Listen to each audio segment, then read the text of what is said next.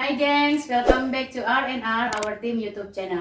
Kan Ibu ini sekarang udah pindah nih ya? Ya, Udah pindah di SMP mana ya? SMP 43. Gimana perasaan Ibu selama pindah nih? Alhamdulillah, asik, senang, happy. Happy karena? Bayangin Rani, biasanya Ibu harus jam 5:30 Ibu udah harus muncul dari rumah ke Batu Haji. Kalau sekarang Ibu jam 6:30, paling lambat jam 7 Ibu Baru berangkat sekolah ya? Dan Alhamdulillah tak terkena macet.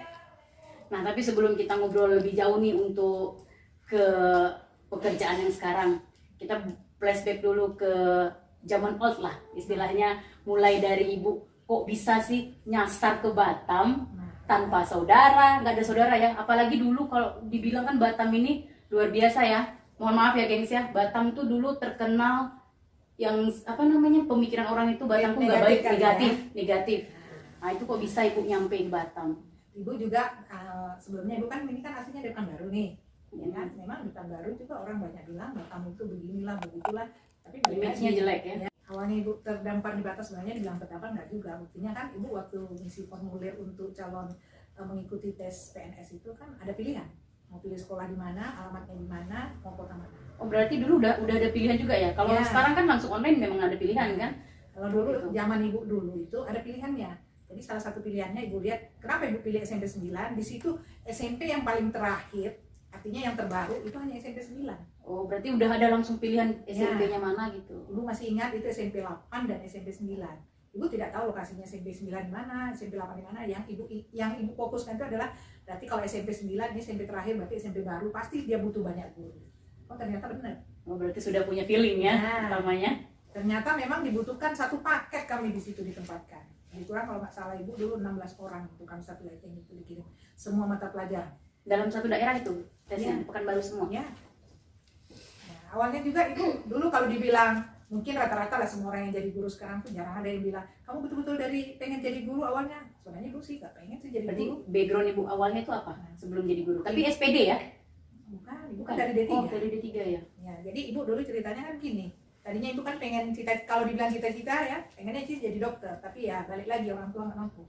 Akhirnya orang tua Ibu arahkan kamu cari jurusan yang banyak lowongan kerjanya. Ibu pikir-pikir ya udah jadi guru aja.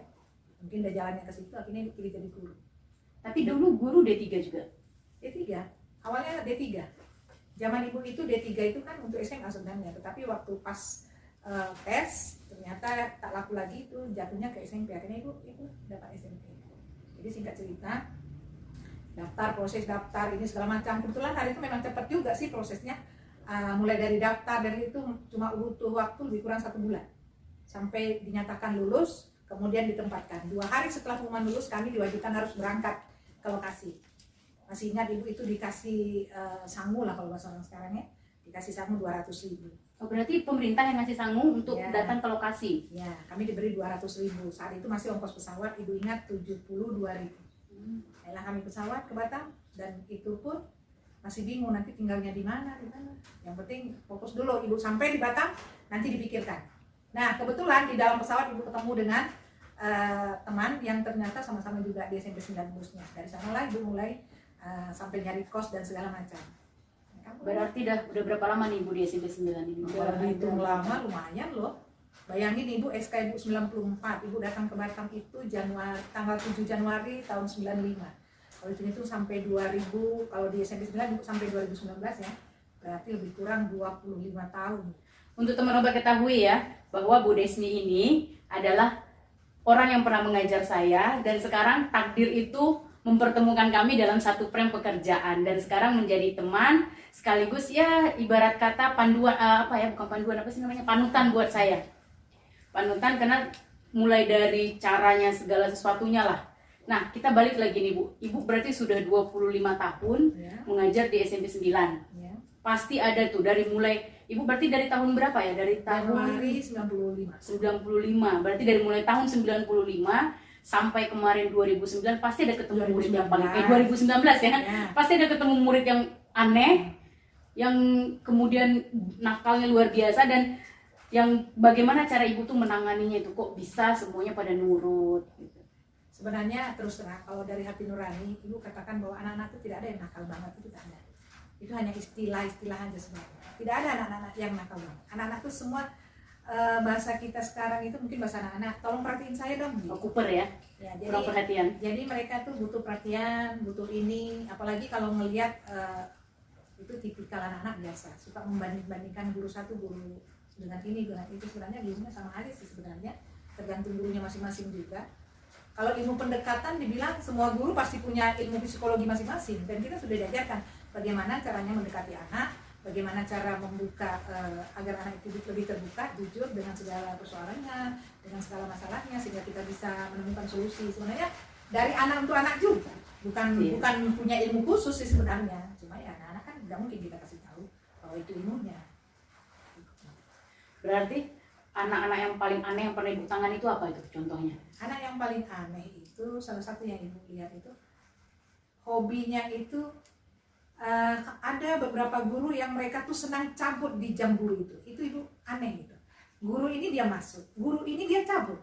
Kalau ditanya kenapa kamu nggak masuk di guru ini, padahal hari yang sama tapi dengan guru yang berbeda, dia maunya dengan guru ini, kan aneh gitu menurut ibu. Tapi bagi mereka nggak asik sama guru yang itu, asiknya sama guru yang ini, guru yang itu.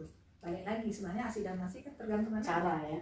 Anaknya kalau mau niat belajar apapun, makanya dulu istilahnya orang tua ibu pernah bilang, orang yang mau belajar, orang yang pintar itu, botol pun ditaruh di depan meja guru, dia akan pintar. Begitupun sebaliknya, tunggang langgang pun guru ini bicara, menjelaskan. Kalau si anak itu tetap bilang dia tak mau, ya nggak mau juga, masuk kiri keluar kanan. Bahasa orang dulu, kualat. Terus kemudian ini, ibu di SMP 9 tepat ibu sebelum pindah nih sekarang ya. Berapa lama ibu jadi pembina OSIS nih? Ibu masih ingat, masih zamannya Siti Hafsah. Tapi dari zamannya Rani dulu ya, zamannya mendiang Ibu Hajar Siti Hafsah, ibu sudah jadi OSIS. Jadi pembina OSIS di situ. Ya. Nah, cara menangani khusus nih untuk anak-anak yang seperti ibu bilang tadi cabut di jam-jam guru itu tuh, di jam guru-guru tertentu tuh bagaimana cara menanganinya? Tentu pasti diserahkan dulu kan, Ya. Tidak langsung diberikan tidak langsung udah boleh masuk tanpa ada punishment atau hukuman dari OSIS misalnya. Kalau dulu zaman ibu masih ingat dulu di zaman Ibu Siti Hafsah itu kita diingatkan pokoknya awal tangani ya, awal urus ini sampai tuntas. Yang penting tetap pada koridornya. Artinya begini, kita nangani anak, kita diserahkan wewenang sepenuhnya, tetapi tetap mengikuti aturan yang memang ditetapkan sudah di sekolah. Jadi tidak melanggar. Jadi supaya nanti sinkron. Ketika kita memberikan sanksi pada anak, jangan pula kita melewati batas dari yang sekolah tentukan atau aturan yang kita sepakati bersama guru-guru gitu. Seperti gini ya, anak itu zaman dulu mungkin karena Batam ini kurang tempat rekreasi, ini ibu balik lagi angkatan, ibu datang ke sini tuh di angkatan pertama, tetapi anak itu sudah di tahun kedua. Karena SMP 9 itu berdiri kan di tahun 93. Berarti ibu datang 95, angkatannya sudah 2 angkatan ada di situ.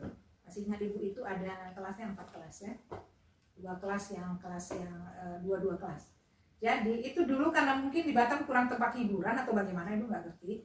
Anak-anak kalau cabut larinya ke pancur, ke hutan-hutan. Iya benar. Nah itu ya ibu heran, hanya itu objek wisatanya. Padahal kalau dibilang dulu pancur itu belum seperti sekarang ya. Pancur sekarang kan sudah seperti ibarat tempat rekreasi bagus. Kalau dulu pancur itu jalannya susah, sempit. Ibu itu bahkan sampai ke sana mencari anak-anak itu ke pancur. Ya zaman kami pun masih ke pancur itu. Masuk di jalan sempit, naik turun gunung, hutan ya. Bisa anak-anak hobi ke sana. Ada yang dengan pasangannya, ada yang cuma dengan teman biasa trek-trek. Kalau zaman dulu ada siswa yang punya motor itu luar biasa. Berarti kalau istilah orang dulu istilah orang sekarang di borju.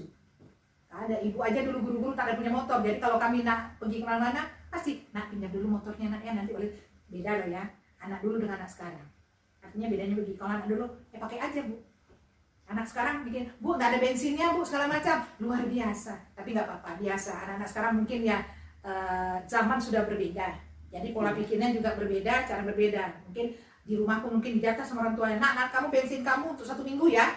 Jadi orang tua mungkin untuk mengantisipasi supaya anaknya nggak keluyuran kemana-mana, jadi bensin dijatah. Jadi supaya seminggu. Jadi kalau dipinjam guru, jangan-jangan gurunya nanti kemana-mana, jatah bensinku hilang, kemana aku minta duit, bisa begitu. Jadi kita kembali pikiran kita, antara guru dan siswa itu berpikir masing-masing sama-sama positive thinking saja. Begitu. Nah Rani potong dikit nih bu, ini masalah IT nih. 5 tahun kebelakangan ini kan mau siswa, mau guru itu sudah dituntut ya, harus pintar komputer, harus pintar mengoperasikannya. Kemudian sudah heboh dengan medsos, kemudian Facebook dan lain-lain lah. Yang jelas dia bentuknya adalah teknologi. Nah, bagaimana cara Ibu menyikapinya ini? Ya, gini ya. Sebenarnya kalau dibilang IT, terus terang Ibu nih termasuk orang yang mungkin anak-anak bilang sekarang ini, gurunya gaptek. Terserah anak-anak mau bilang gurunya gaptek, gurunya bilang yang penting hal yang pertama dulu ya, Ibu pegang dulu itu laptop tuh kayak mana sih, komputer kayak mana sih. Nah, tengok orang kiri kanan belajar, kok orang bisa kita nggak bisa. Belajar dikit-dikit dulu. Yang penting kan bisa ngetik walaupun pakai jari ini. Nah, apa-apa. Ya. Yang penting nanti kalau nggak bisa tanya. Mau tanya dengan anak, kenapa harus malu? Tanya dengan guru, tanya dengan TU. Masih ingat Ibu tuh tanya, Pak Dodi ini gimana sih caranya ngeprint Pak Dodi? Begitu, nggak apa-apa. Kenapa kita harus gengsi? Anak-anak juga saya yakin dan percaya. Ibu yakin dan percaya. Anak-anak pun masih banyak yang tak percaya. Iya, benar. Tapi kan sama. Jadi kita nggak perlu malu. Kita nggak ngerti tanya. Kalau nggak bisa ya tanya, aman. Yang penting kalau tuntutan dari besok mau, tidak mau, suka, tidak suka, berarti kita harus coba dan harus berusaha. Itu aja kuncinya. Apalagi zaman sekarang ini ya, semuanya menggunakan online, menggunakan teknologi. Orang rapor kita harus print pakai online, semua data harus online. Semua kita bilang kita nggak bisa IT, ya dicampakkan orang lah kita. Iya benar-benar. Nah, kita agak ini nih ya, udah flashback masalah pekerjaan, kita flashback masalah asmara. Nah ini agak sedikit sensi nih kalau urusan asmara. Ibu berkenalan dengan suami Ibu sekarang, Ibu juga ada pacarnya. Tapi berarti lagi waktu kenalan sama suami Ibu udah ada pacar? Ya. Nggak ada, tidak zaman juga. Dulu pakai telepon rumah yang kalau di halo kakak satu kampung terdengar. Begitu. Kalau nggak ada telepon di rumah, pakai surat cinta sare. Pertama Ibu melahirkan yang kecil ini, sebenarnya suami istri kami ya, bapaknya sama Ibu tuh sama-sama khawatirnya gini. Kok bisa, kok dapat, kok gini gitu.